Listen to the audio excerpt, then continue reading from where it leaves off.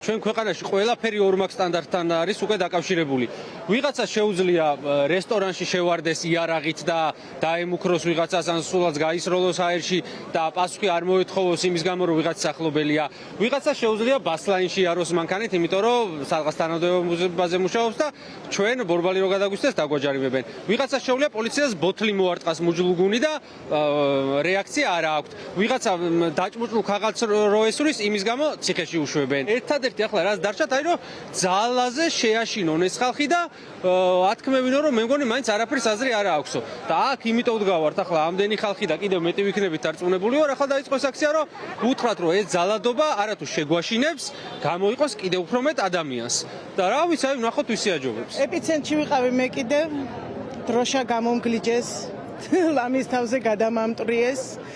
ჩემ წინცემე ჟურნალისტის საერთოდ უწყინრად იდგა ის ბიჭი. არა მარტო ქალებზე ყველაზე ძალადობდნენ, ვინც კი შეხვდებოდა, მსგავსი არაფერი მინახავს.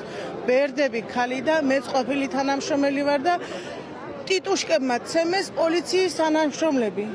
კრიმ პოლის ფორმაში ჩაცმული ტიპები ცემეს და მე ისინი ერთად ბავში რო იყვნენ, კიდე მისი თანამშრომლები ამშვიდებდნენ იმის მაგივრად რომ დაეკავებიდან თან რამე ეკრეთ. რა დროს არ მოვსწრები ვარ, ბნელს 90-იანებსაც მოვსწრები ვარ, ისწავლობაც მინახავს, ისიც, მსგავსი არაფერი მინახავს. ასეთი პატივა აყრილი, ასეთი როგორ ვთქვა, დამცირებული პოლიცია ცხოვრებაში არ მინახავს.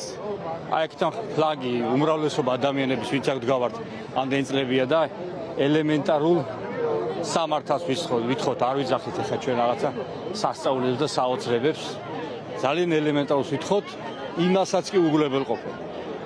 მე ვშდება შტაბ-ჭდილება, რომ ის ადამიანები ჯერ არ უთქვათ, მაგრამ ის ადამიანები ისე გვიყურებენ ჩვენ, როგორც ნაცისტურ გერმანიაში უყურებდნენ ებრაელებს. მათ ერქვათ უნტერმენში. ანუ არა ადამიანი, შეუმდგარი ადამიანი, ნახევრად ადამიანი. შესაბამისად, მასზე არ ცდილდებოდა ადამიანის უფლებები, რაღაცა საარჩევნო ხმა არ ქონდა და ასე შემდეგ, ქონების უფლება არ ქონდა. ვიდივართ მაგეთკენ თუ დროზე არ დავამხეთ ესენი. მე წინ ვიცი რომ რამხელა გამარჯვება გველოდებოდა. ასევე გველოდება ძალიან დიდი სასამართლო პროცესები. ისე ვეღარ დასრულდება ეს პროცესი, როგორც წლების განმავლობაში სრულდებოდა. ეს იქნება პრეცედენტი საუკუნის განმავლობაში.